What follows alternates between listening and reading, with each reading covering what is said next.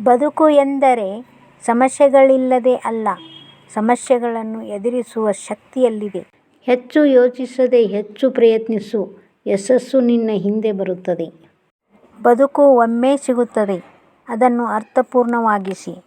ಸಾಧನೆಗೆ ದಾರಿ ಎಲ್ಲಿಯೂ ಇಲ್ಲ, ಅದನ್ನು ನಿನ್ನ ಸಾಧನೆಯ ಮೂಲಕ ನಿರ್ಮಿಸಬೇಕು.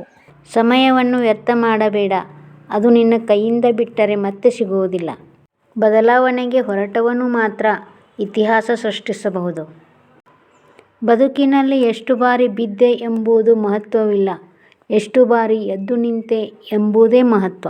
ಕಷ್ಟವಿಲ್ಲದೆ ಫಲ ಸಿಗುವುದಿಲ್ಲ, ಧೈರ್ಯವಿಲ್ಲದೆ ಸೃಷ್ಟಿ ಸಾಧ್ಯವಿಲ್ಲ.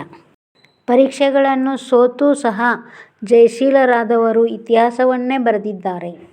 ಪ್ರತಿಯೊಂದು ಮುಂಜಾನೆಯೂ ಹೊಸ ಅವಕಾಶ, ಅದನ್ನು ನಗುಮುಖದಿಂದ ಸ್ವೀಕರಿಸು. ಮೌನ ಶಕ್ತಿಯಾಗಿದೆ, ಆದರೆ ಅದನ್ನು ತೋರ್ಪಡಿಸುವುದು ನಿನ್ನ ನಡೆ. ಸಾಧನೆಯ ಗುರಿಯ ಹತ್ತಿ ಹೋದರೂ ಅಹಂಕಾರದಲ್ಲಿ ಮುಳುಗಬೇಡ. ನಿನ್ನ ಒಳಗಿನ ಶಕ್ತಿ ನಂಬು, ಇಡೀ ಲೋಕವೇ ನಿನ್ನೊಂದಿಗೆ ನಿಲ್ಲುತ್ತದೆ.